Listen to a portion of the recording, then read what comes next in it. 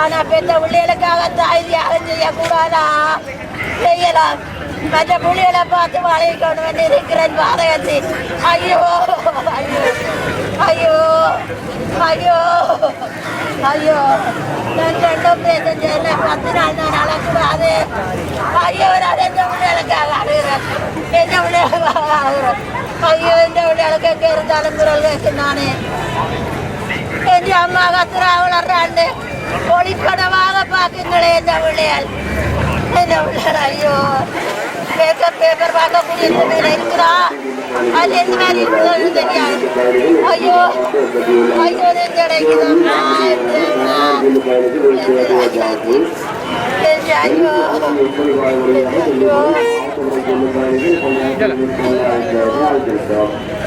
இந்த ஆண்டு வைகாசி மாதம் 18ஆம் தேதி வாரத்துக்கேல எங்களின் முடிவை சொல்லுங்க, எங்களின் புள்ளியலின் முடிவை போனலின் புள்ளியலின் முடிவை சொல்லுங்க. இந்த 18ஆம் தேதி 5ஆம் மாதம் 18ஆம் தேதி கிடையாது, எங்களுக்கு நல்ல முடிவை தாங்க.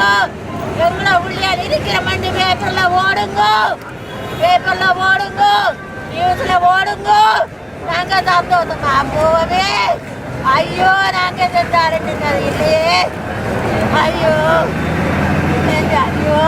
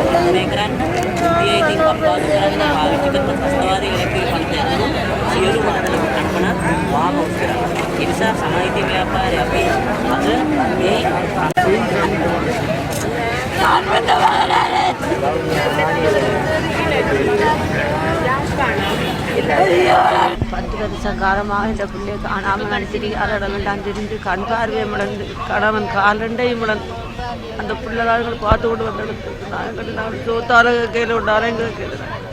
என் மகன் எங்களை பாப்பங்களை கஷ்டப்பட்டு உடைச்சி சின்ன நிலையை தும்படிச்சு வியாபாரம் செய்து இப்போ கல்யாணம் செய்த திருமணம் போட்டு கூலி வேலை செய்ய போன நடத்துட்டு சார்ந்தாலா பாவி ரவுண்டா பண்ணி என் பிள்ளையை இப்படி கொண்டு போன வழியா நந்து வரையும் நான் 10 வரையுமாக நான் தெரியாத எல்லாம் தெரிஞ்சு நான் பிச்சைக்காரியா போய் கந்தரியாத பாவி உருடியா நான் போயிடுச்சு.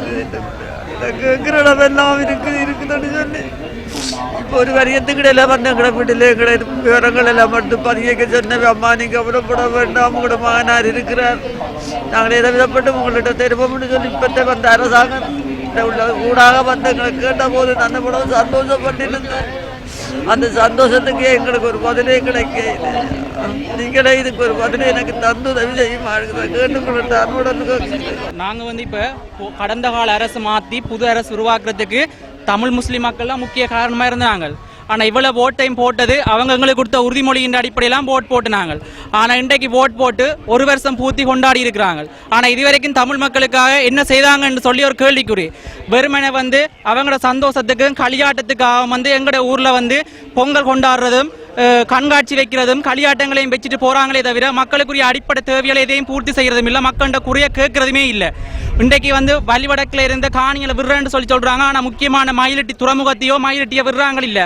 அதே நேரம் அரசியல் கைதிகள்னு சொல்லி சின்னல இருந்து ஆக்களை கொண்டு போய் போட்டது எந்த ஒரு விசாரணையும் இன்றி எங்கே இருக்கிறாங்க, எப்படி இருக்கிறாங்க, சாப்பிட்டாங்களான்னு எதுவுமே தெரியாமலுக்கு இருக்கிறாங்க.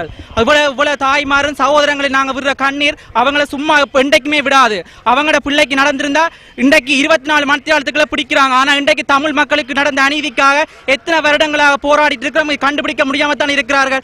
அவர்களுக்குரிய பாதுகாப்பு இல்லைன்னு தாங்கள் வார விழாவை ரத்து செய்கிறாங்க. ஆனா தமிழ் மக்களாகி எங்களுக்கு எங்க பாதுகாப்பு இருக்குது?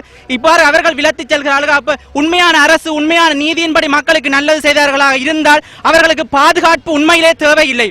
அதைத்தான் அன்று அறிஞர் அண்ணா கூட செய்தார்கள், எல்லாருமே செய்தார்கள். ஆனால் இவர்களுக்கு தாங்கள் செய்வது தப்பென்று தெரிவதால் அவர்கள் பாதுகாப்பு இல்லை என்று சொல்லி நம் நாட்டுக்கு வருவதற்கே அஞ்சுகின்றார்கள். அதே நேரம் பார்க்க போனால் இன்று நாங்கள் போட்ட ஓட்டு அதை ஓட் வாங்குறதுக்கு மட்டும் எங்கள்கிட்ட வர்றாங்க.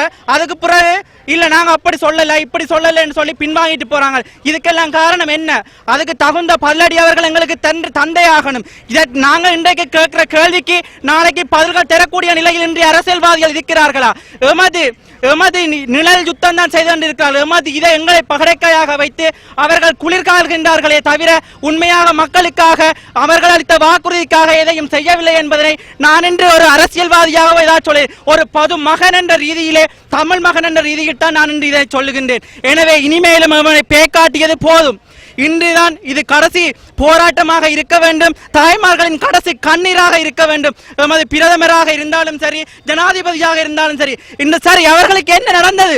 மன்னாரில் புதைகுழி கண்டுபிடித்தார்கள். சரி அதில் தாட்டது இனங்களைத்தான் என்று சொன்னால் அதற்குரிய ஆதாரத்தை காட்டி அவர்களுக்குரிய சடங்கை செய்ய வச்சும் அவர்கள் வழிவகுக்கலாம் தானே. இன்று பேக்காட்டுகிறார்கள். அங்கே புதைகுழி இங்கே புதைகுழி நிலவங்கள் என்று பேக்காட்டுகின்றார்கள். சரியான முடிவு சொல்லுகின்றார்கள் இல்லையே, என்ன காரணம்? அதை அவர்கள் முதலில் நமக்கு வழிகொணர்ந்து அதற்குரிய தீர்வினை வழங்கி எம்மை பேக்காட்டியது போதும். இனிமேலும் இந்த பேக்காட்டி அரசியல் வேண்டாம் என்று கூறிக்கொள்ள விரும்புகின்றேன். என் கணவர் 2009 காணா போனவர். ஆமி சண்டை நேரம் கடைசியாக ஆமிட்ட சரணடைஞ்ச ஃபாதரோட சேர்த்து சரணடைஞ்சவியால் ஃபாதர்கிட்ட பேரெல்லாம் விவரம்லாம் கொடுத்து தான் ஆமி குமரில் போய் தான் சரணடைஞ்சது. இன்று வரைக்கும் அவளை காணே இல்லை. நாங்களும் பல இடத்துலலாம் தேடி ஒவ்வொரு ஆர்ப்பாட்டத்திலையும் செய்கிற எந்த முடிவும் இல்லை. எங்களுக்கு இந்தியோட ஒரு முடிவை சொல்லணும்.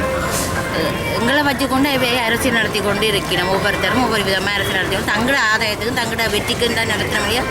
மக்கள்கிட்ட இதை நலனை எதிர்பார்க்கவும் இல்லை, மகள் படுற கஷ்டத்தை எதிர்பார்க்கவும் இல்லை. இப்போ ரணில் சொன்னது இப்போ தானா போன ரெண்டைக்கு பல இடத்துல எல்லாம் கைது செய்திருக்கணும், அவைய தானா போகலாம். ஆனால் ஒரு இடத்துல போய் எல்லாரும் ஒட்டுமொத்தமாக சரணடைஞ்சாக்கின்ற விவரம் அவையிட்ட கட்டாயம் இருக்க வேணும், இருக்க வேணும். என்ன அப்போ அதை ஒவ்வொரு முற்றுமுழுதாக காணா போனார் இல்லாமல் போயிட்டோம்னு சொல்கிறது ஏற்றுக்கொள்கிற விஷயமே இல்லை. இதுக்கு இவர் கட்டாயம் ஒரு முடிவு எங்களுக்கு சொல்லியே தீரணும்னா நாங்கள் பார்த்துக்கிறோம்.